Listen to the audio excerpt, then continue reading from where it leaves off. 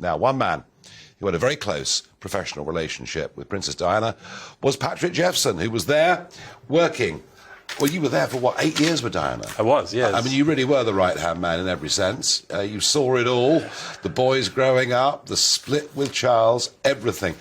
Patrick, when you saw that procession today, 2:22 on the button, it leaves Buckingham Palace's front gates to get to Westminster Hall at 3 o'clock. And there, in that procession, slow marching up the Mall, once again, were William and Harry. That must have brought some memories back for you of 25 years ago. It certainly did, Nigel, but I think it would have brought memories back for a lot of people.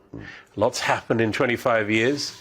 There were times during my period as private secretary when the idea of King Charles and Queen Camilla would have been laughable. Yes. And actually not in a very nice way either. So what we have seen is an extraordinary evolution in the British monarchy. It's a sort of experiment, I think, because after 70 years of the kind of reign that Elizabeth the Great has given us, almost everything has to be an experiment. That is sticking with you. Elizabeth the Great is sticking with you, is it? I saw it in the paper today, and that goes rather well. Yeah, our viewers love that idea. Yeah. I think it. Yeah. And of course, Elizabeth I was great in her own way, but she didn't rack up 70 years. So I think I did politics when I was at university, and I'm interested by how the whole concept of monarchy evolves from here.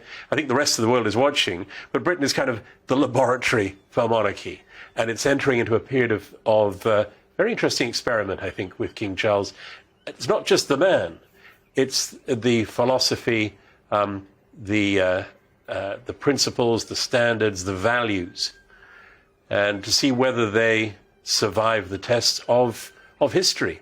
It's all great today, but we're at the start of a very long and potentially rocky road. Yeah, I mean, you are a monarchist, of course, to your fingertips, but in particular, you were a huge supporter of our late Queen, Elizabeth the Great, as you've just called her. She's impossible to follow, really, isn't she?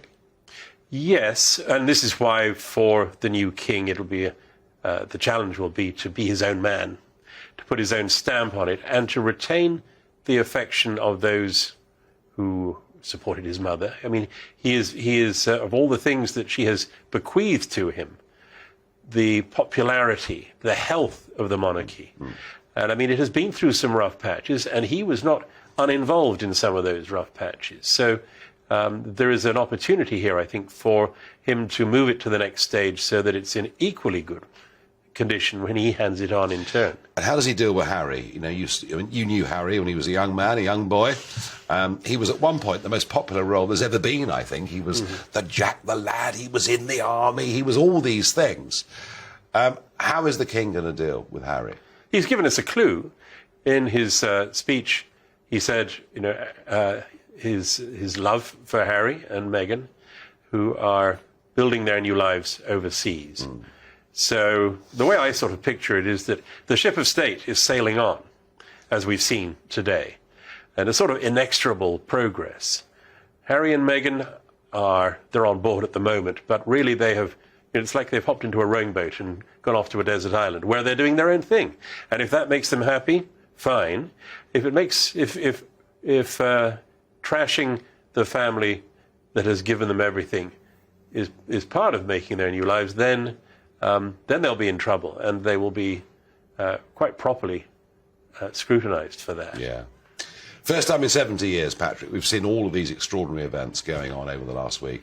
How well are we doing this? Well, of course, we love to say that we do this better than anybody in the world. We do, but is it true? Well, I think, having lived in America for a while now, and particularly after the funeral of George H.W. Bush, which, not like this, but in its own way very impressive. The reality is that most countries are very proud of their own versions of the pomp and circumstance we see here. We like to think we do it the best, and maybe we do. I think we probably do, but it's at quite a cost. We expect, for example, our armed forces to produce this at the drop of a hat. And having served myself for 15 years, I have some idea of the very hard work that's going on behind the scenes to make this look good. And I mean, it's not cheap, it's not easy, and it comes with a price, not just individually. But it does look good. it looks fantastic. Yeah, and I wouldn't have it any other way. But so long as everybody realises we can only do this if we continue to invest in it.